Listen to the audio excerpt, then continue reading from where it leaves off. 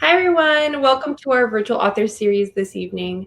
Thank you for supporting your locally owned independent bookstore in Books and Books. We're thrilled to be here and to be in partnership with Miami Book Fair and Culture Crusaders for this wonderful series of events. Tonight, we have the honor of hosting Paola Mendoza and Abby Sher to discuss their new novel, Sanctuary. Paola Mendoza is an author, film director, activist, and artist working at the leading edge of human rights. A co-founder of the Women's March, she served as its artistic director and co-authored the New York Times bestselling Together We Rise, behind the scenes at the protests heard around the world. Paola's film credits include the award-winning Entre Nos, Free Like the Birds, and Autumn's Eyes. Abby Sher is an award-winning writer and performer. She's the author of Miss You, Love You, Hate You, Bye, All the Ways the World Can End, Breaking Free, Amen, Amen, Amen, Memoir of a Girl Who Couldn't Stop Praying, and Kissing Snowflakes. One of her essays was included in the first season of Amazon TV's Modern Love. Abby has written and performed for The Second City, Upright Citizens Brigade, HBO, and NPR. Tonight, Paola and Abby are going to tell us a little bit about their book, their process, and we'll follow that up with an audience Q&A. A quick guide to your screen. Below me, the green button will be there all night, is where you can purchase your own copy of Sanctuary. And then to the bottom right, the Ask a Question button is where what we're going to use for the Ask a Question portion. So as you come up with those, add them there, and we'll make sure they get asked before the night ends. So with that, I will hand it over to Paola and Abby for a bit, and see you later.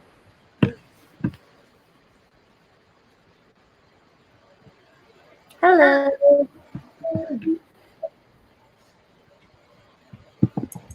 Wow, that technology is amazing. Ooh, maybe not so amazing.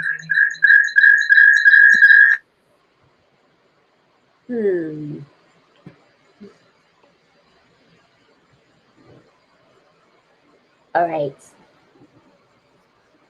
I'm gonna try. Is it echoing for everybody now? Can anybody put a hands up if you can hear me? Okay. Can you hear me? Yes. I'm not echoing. You are echoing, but it's lovely. Can anyone from Books and Books help us with some tech here?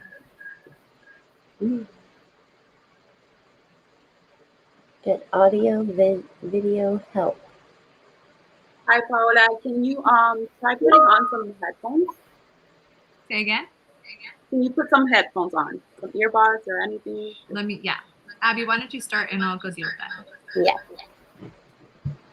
So welcome and thank you so much for having us. We are here tonight talking about this book. I'm so in love with the cover. The cover is the one thing that we had nothing to do with, except that we said that we loved it.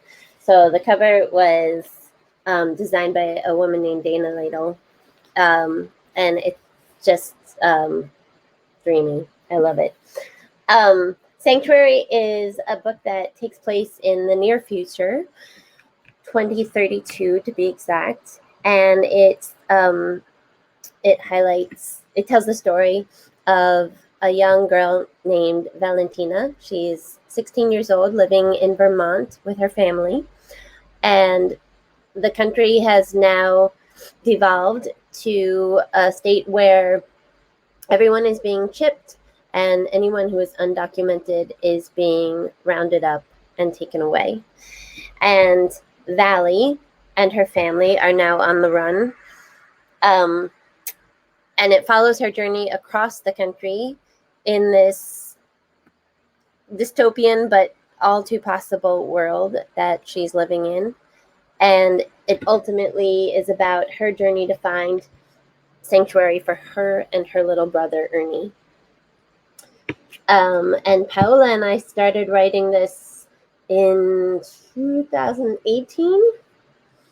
And maybe, Paola, you can speak to how the original gem of inspiration came about. Let's test my sound. Perfect. Great. So actually, Abby, I think I'm hearing myself on you. Can you mute yourself? Yes. So now it's not echoing for me.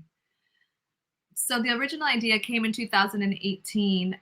I was one of the organizers of Marches Against Family Separation.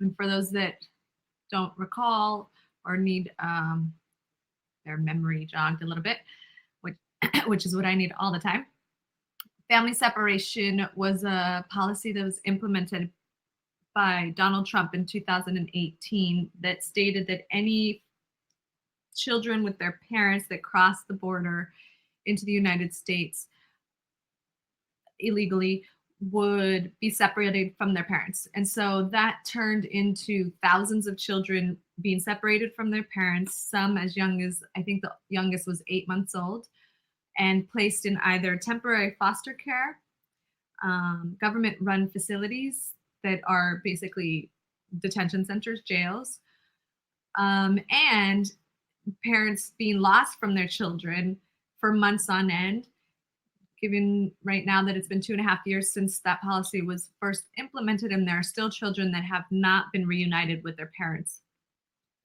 So that, as a mother, as an artist, as an immigrant, as an activist that works in immigration, that was some of the most horrific months that I lived through.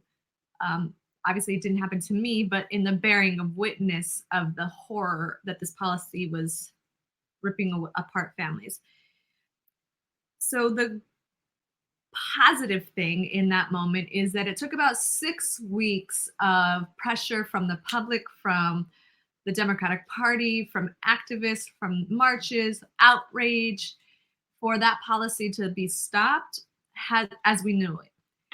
And so I started thinking to myself, that was a monumental task that we were able to stop family separation. But what would have happened if we wouldn't have done that? What would that horrible policy have allowed to continue to happen if we weren't able to stop it?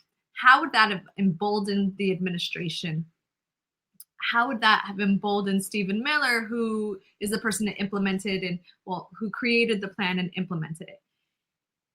And I started to imagine the world of Sanctuary, which is a world that is very scary, that is very dark, that is violating individual rights and human rights left and right.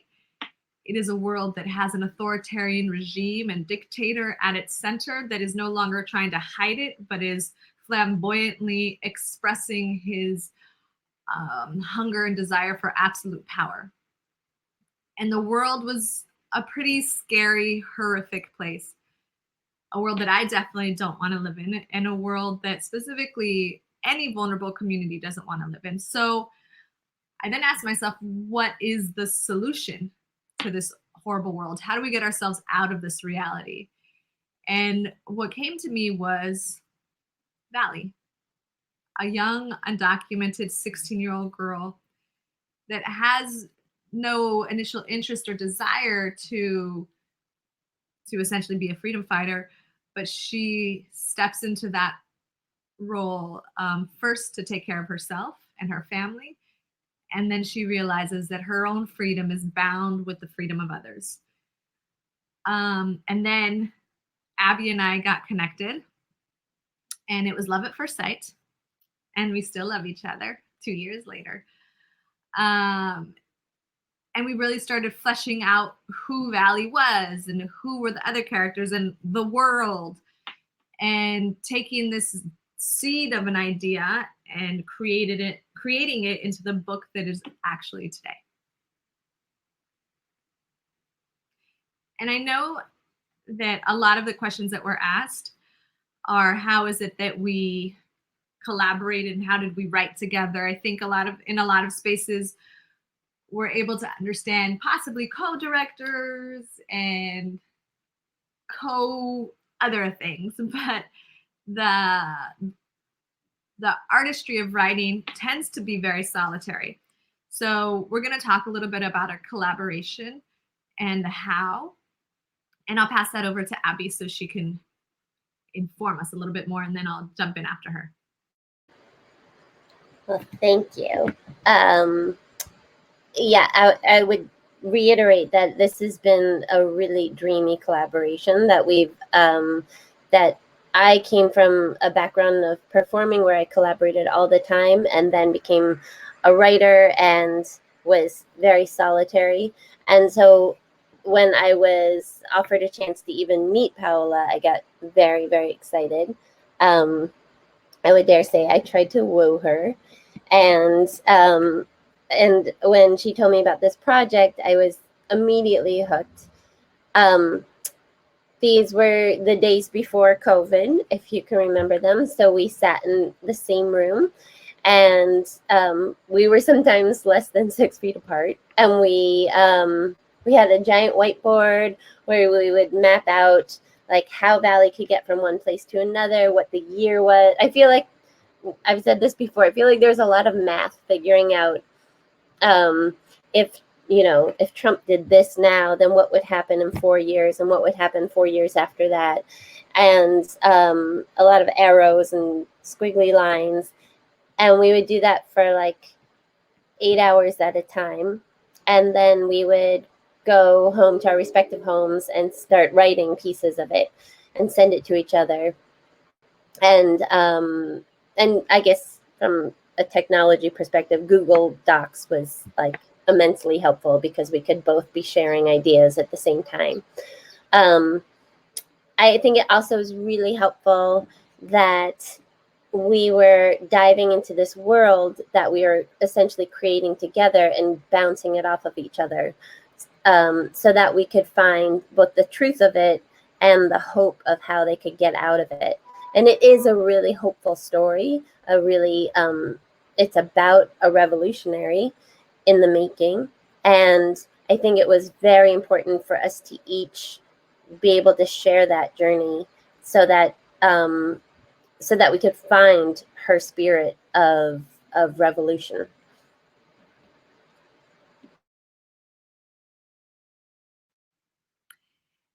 I would add that in our collaboration, I've collaborated, my whole artistic career is with collaborators.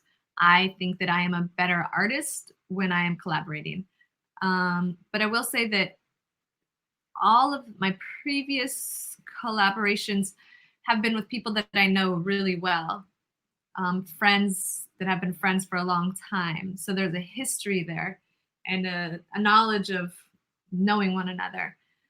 In this scenario, I didn't know Abby at all. And so it was a big risk. And one that was really out of character, because one of the things that I am most protective about is the artistic process. But it was in meeting Abby and a guttural, instinctual message that was flashing saying, she's the one, she's the one, she's the one. And I've said this to Abby 1,000 times. I've said it publicly, privately, but Abby's collaboration has been one of the easiest collaborations that I've had. And I think that is because, I don't know, maybe it's because we didn't know each other beforehand. So there was still, at the beginning, there was that tentative dance of like, we're trying to know one another. We're on our best behavior because we're just dating. But it's also, we kind of gravitated, as Abby was mentioning, to our own personal strengths, and really trusted the other person in their strengths. And one of the things that is a really important foundation in collaboration that I've learned over the years is that when you're getting into creative battles, and those creative battles can be many or there can be few, you have to constantly be asking yourself, am I arguing this point? Am I debating this point? Do I believe this artistic choice because it is what is best for the art that we're working on? It is what is most truthful to the character, to the story, to the world? Or am I arguing this because it's personal, because I want to be right, because I want it this way? And that takes a lot of just self-awareness to have those honest conversations. Sometimes it's obvious, sometimes it's not. And so I can say that like the creative differences that we might have had along the way, and there weren't many to be honest, that was super clear to me that it wasn't really ever personal because possibly we didn't really know each other very well. So that's just like analysis that I've been thinking about with regards to the creative process.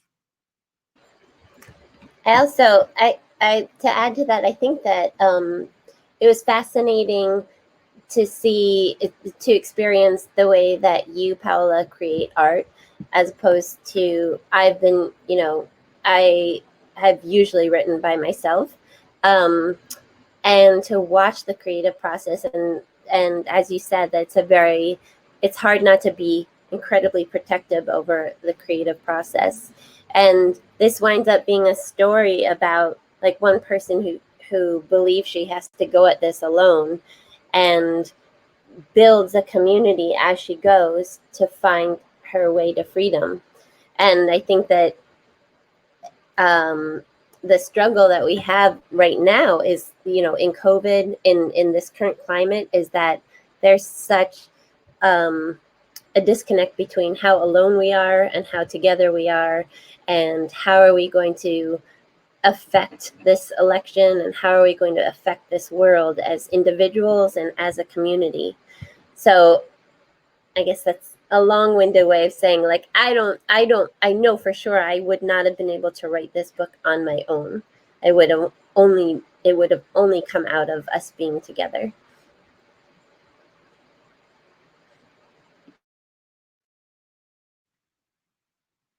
Yeah, for sure. I agree 100%. I think we should go to those questions, Abby, or do you have something else before we jump into questions? All right, so this one got a vote up. Oh, sorry. Want to read them? I was going to read them to you, but okay, please do. Okay. So the first one is, what made you decide to do a YA book instead of an adult book?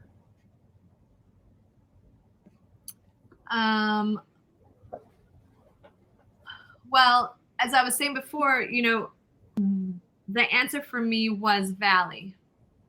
And Valley always was going to be a young, undocumented girl.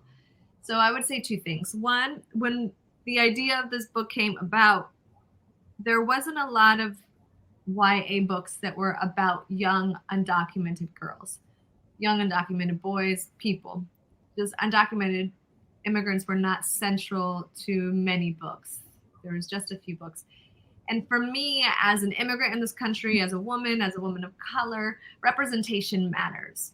I grew up in this country not seeing my stories being told, not seeing my mother on TV. My mother was in a movie, the character of my movie. The culture of where I lived wasn't present, and it made me feel invisible. It made me feel like I wasn't part of this country, which I think is the point and was by design.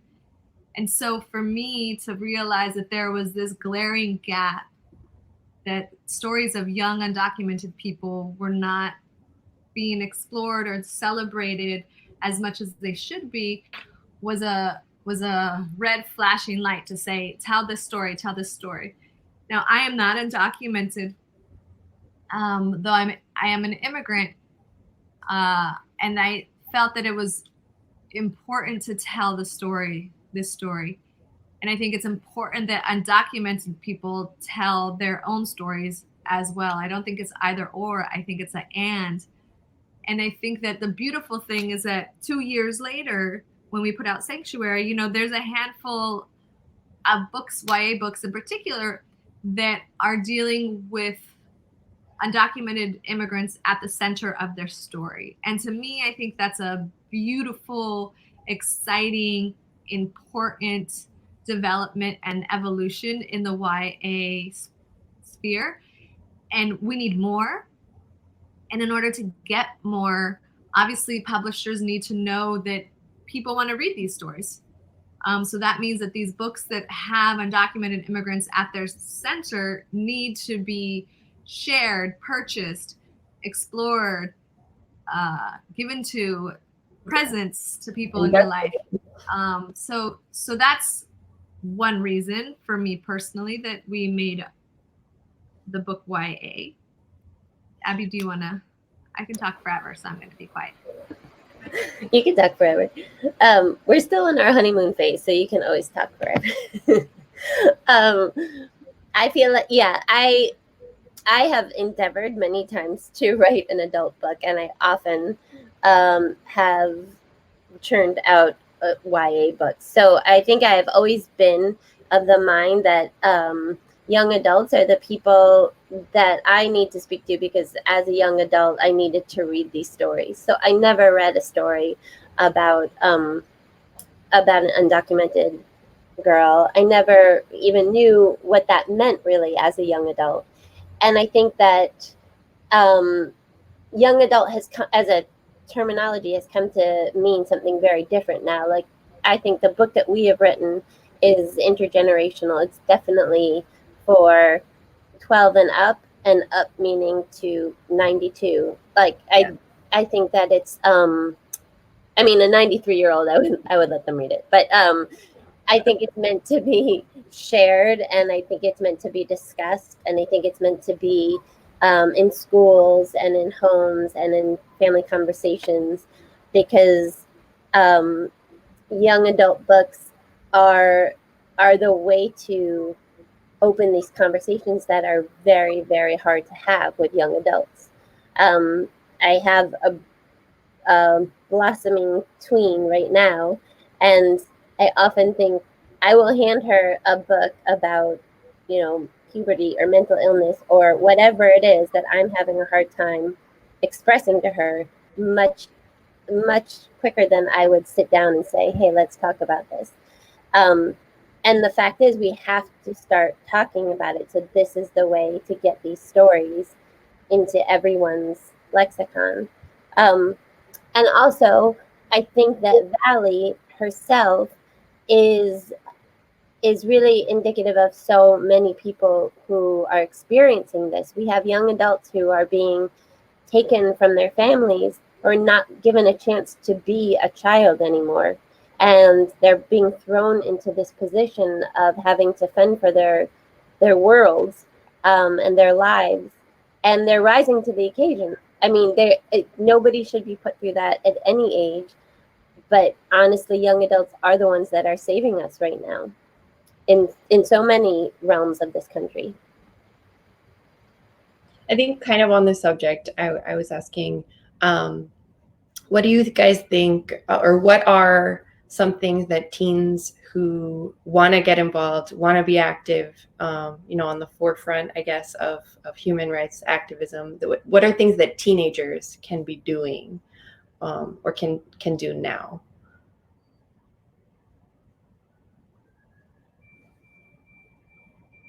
I would say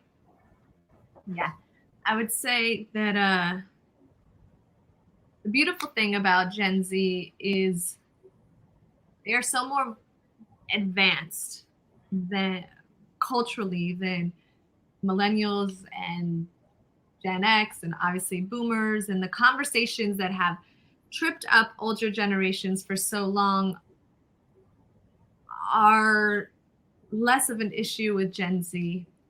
And I think that is great because they can be the cultural translators for those of us that don't understand where the world is trying to move.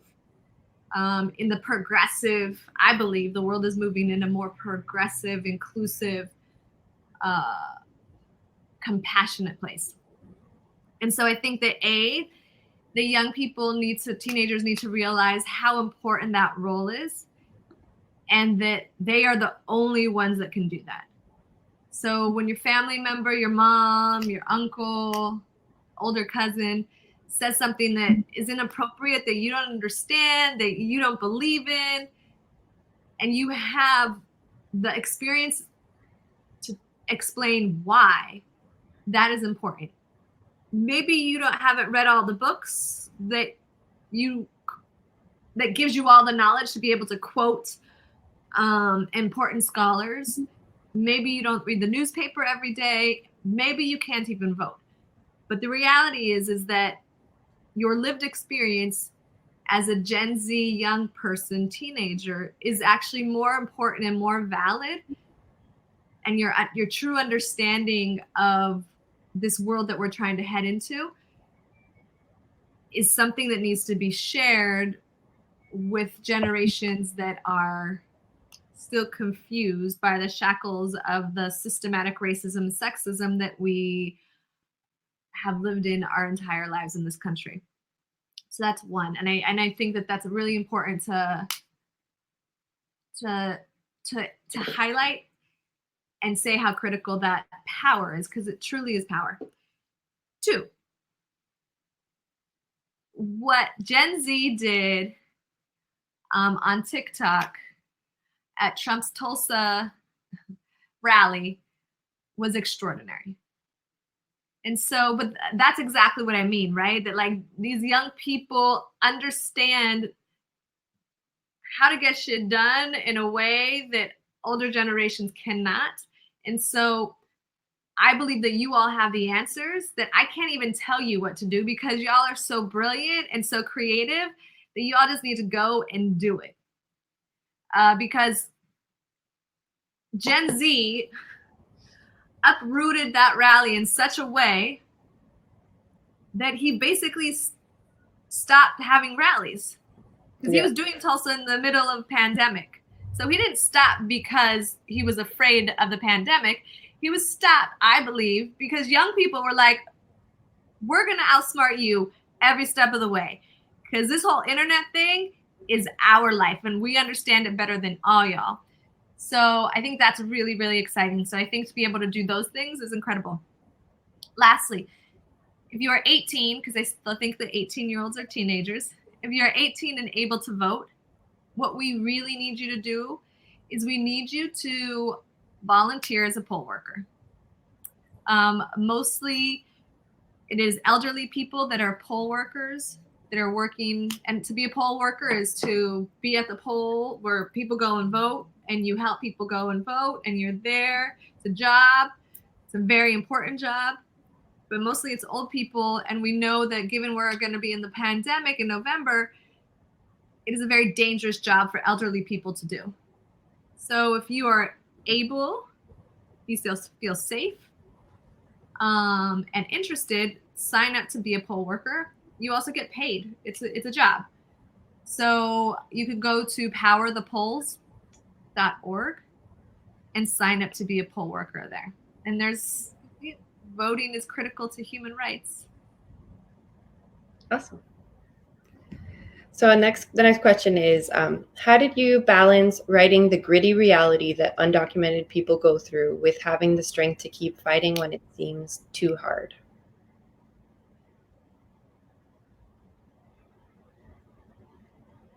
You want to take that, Abby? Sure. Although I don't know that I have much of a balance to to tout.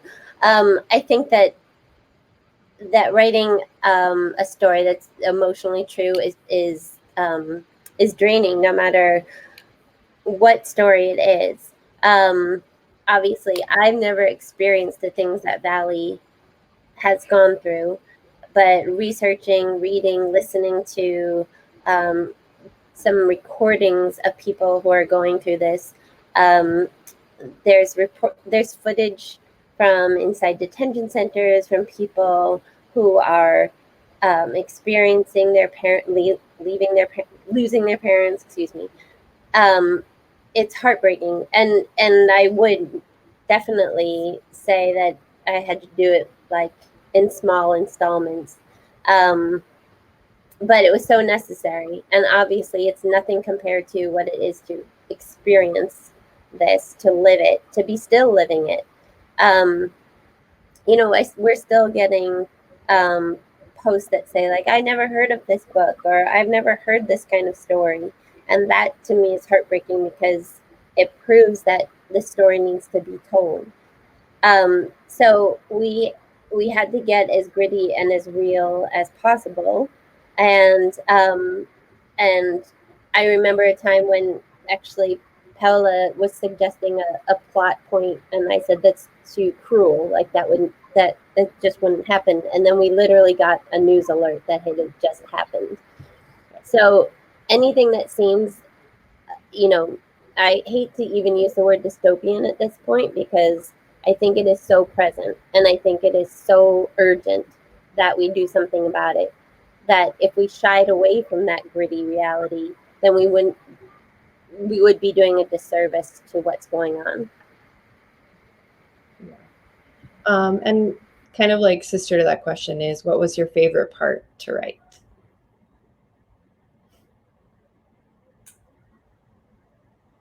Well, before I answer that, I want to just piggyback on what Abby was saying, because I've been telling stories of immigrants for over 10 years, specifically undocumented immigrants, 2014, 2012, probably. So that means that I've listened to hundreds, if not thousands, of people's stories. And my work brings me to people when they are in very vulnerable positions, when they are forced to make decisions that will affect the trajectory of their whole lives. And I've had the great honor to have these people share their lives with me. And whether I'm making a movie, or whether I'm doing a photo exhibit, a photo project, or anything in between, I've had to listen to the stories that are filled with unconditional love and so much dignity and power and inspiration, but also a lot of tragedy and pain and decisions that they are forced to make that are unfair and just unbearable. And so I've kept these stories inside of me for 10 plus years. And I've shared them when I've been able to.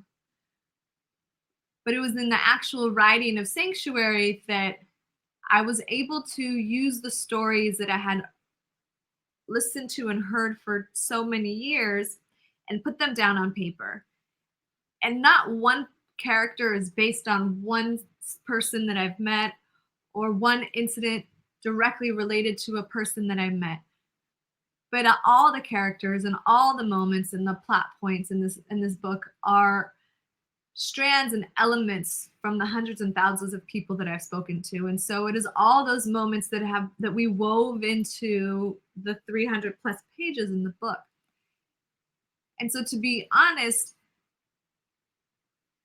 the writing of the book wasn't painful for me. It was actually very therapeutic, because I was able to put those stories that I've been holding on to onto the page. And so, it was just, I think art in many cases for artists can be extremely therapeutic, and at least for me, and it is why I always kind of go back to the same themes and stories, which is essentially love stories between mothers and their children.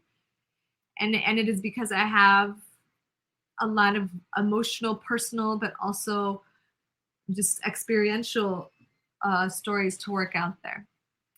And as for my favorite part of writing the book, I'm going to pass that over to Abby, because my son's dinner just arrived and I have to go open the door, and I'll be back in 2 seconds.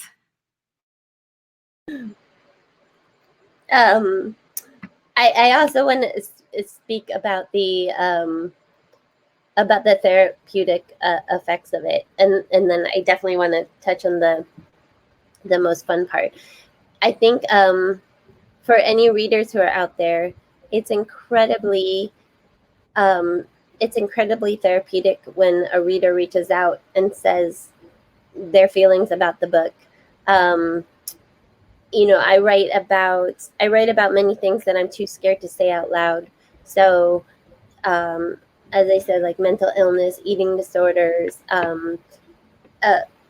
unspeakable horrors between people and the government. And I think that there is there's such a need to connect, because these are all things that people feel either isolated about or shameful about. And if we can make this process of finding hope and finding freedom more of a collective experience, then that is the point of writing this story. And in terms of a happy moment, I don't want to give anything away in the book, but there is a moment in the book where Valley's little brother, who's 8 and is also fleeing for safety, and she's in charge of him, and it's horrible to try to explain to an 8-year-old what is going on, or try to not explain to them what's going on but keep them safe. And both Paola and I have 8 and 9-year-old boys. And so there's a moment where Ernie, the little boy, gets to do something just for the sheer fun of it. And he just enjoys himself in the midst of all this chaos and cruelty. And I loved writing that scene.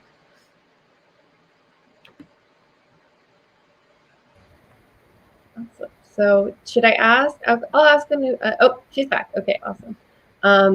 So next question is, if there are any authors, books, or stories that you guys would point to as storytellers and as creators as being really fundamental to sort of how you became storytellers. That's a great question. So I didn't grow up reading books.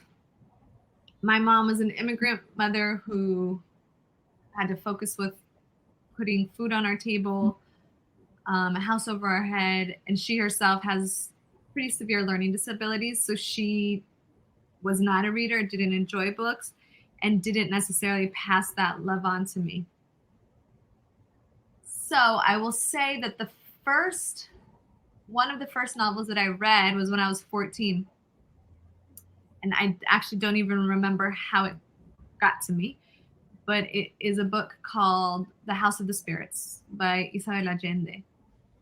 And to me, that book was a personal revolution because, again, going back to this idea of representation, I saw myself reflected in a story. I saw the character of my grandmother. I saw while I'm not Chilean, I'm Colombian, there's overlapping culture, and I felt that family that she talked about. The magical realism that is in the book, there is a brujeria and a magicalness in the culture that I come from. All of my aunts and uncles, they all have their own brujas and brujos that they go to, and like I grew up very much with that, and ghosts all over. And so seeing that made me excited to read because I felt seen. And then I think it's really telling that, that book is about the Chilean Revolution. That is about when Pinochet comes into power and what a family does and how family fights back against an authoritarian regime. At the age of 14, I didn't know what the trajectory of my life would be, but I was also very intrigued and interested and became obsessed because of that book around Chilean history and that specific time period. 1973, when Ajay is overturned, he's killed, he's murdered because of the coup that was backed by the United States. And it's actually September 11th, 1973. And the trajectory of that country totally changes and really influences all of Latin America as well. Because they being the United States, didn't allow a socialist president to succeed who was elected into office. And if he would have succeeded, it would have changed the face of the politics of Latin America. That's why Chile is so important to the history of the United States. Anyways, so I would say that book, it's a great book, was extremely influential. And then I would say more recently, to what influenced me personally here with Sanctuary is Hunger Games, which I hadn't read until we started working on Sanctuary, and then Octavia Butler. If you don't know who Octavia Butler is, all of her amazing work, you need to read her work because she was incredibly influential personally in the creative process of this book. Abby, do you want to share anything? I was looking up to see, actually, I think my best friend got to narrate House of Spirits, so I was trying to give her a plug. Yeah, I think I had a mom who went to the opposite extreme where she read, I wanted to read whatever she read. And she was really into Jane Austen. And I could not sit through one book of it. I literally had to do a report, and she was so upset that she went and got me the video. Don't do that. But if you have a report, you should really read it. But anyway, but then I think the book for me was Zora Neale Hurston's Their Eyes Were Watching God. And I'm trying to remember when, I think that was in college that I picked that up. And also Lucy by Jamaica Kincaid. And it was like these voices that I felt totally like the world had just been blasted open, that there was a new way of expressing language, expressing emotion, expressing truth. And I became fascinated with both of them as authors. And I also think that as we started delving into this world, I had not written futuristic dystopian before, and I also really did enjoy the Hunger Games. Octavia Butler, the Parable of the Sower, and The Giver. I loved The Giver. Have you guys read anything lately, like any new releases this year that you recommend our readers?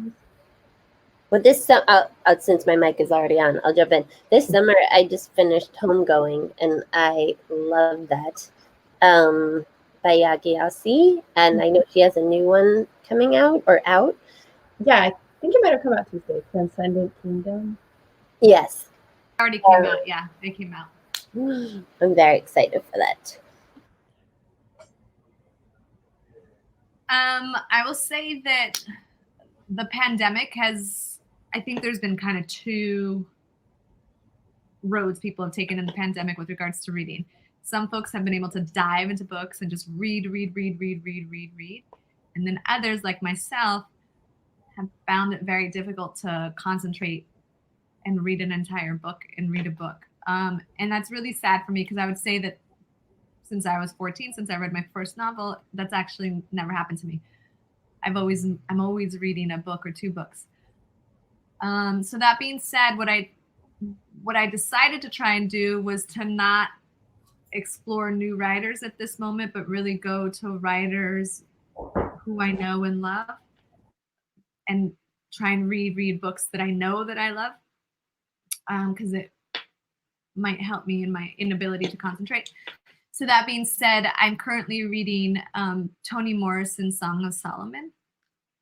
And it's slow going for me, but whenever I am able to get in and read a good amount of pages, it feels so good. And she's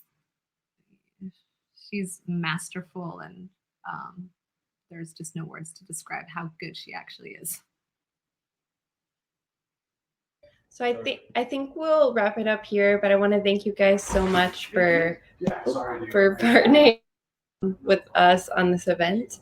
We really appreciate your support. We're so excited about the book. For everyone watching, again, that green button, even if you watch this back tomorrow or later, it'll still be there. It'll still bring you to purchase a copy of Sanctuary for yourself. So thanks to everyone who joined us. Thank you again, Paola and Abby, for joining us. Thank you for having us. Thank you.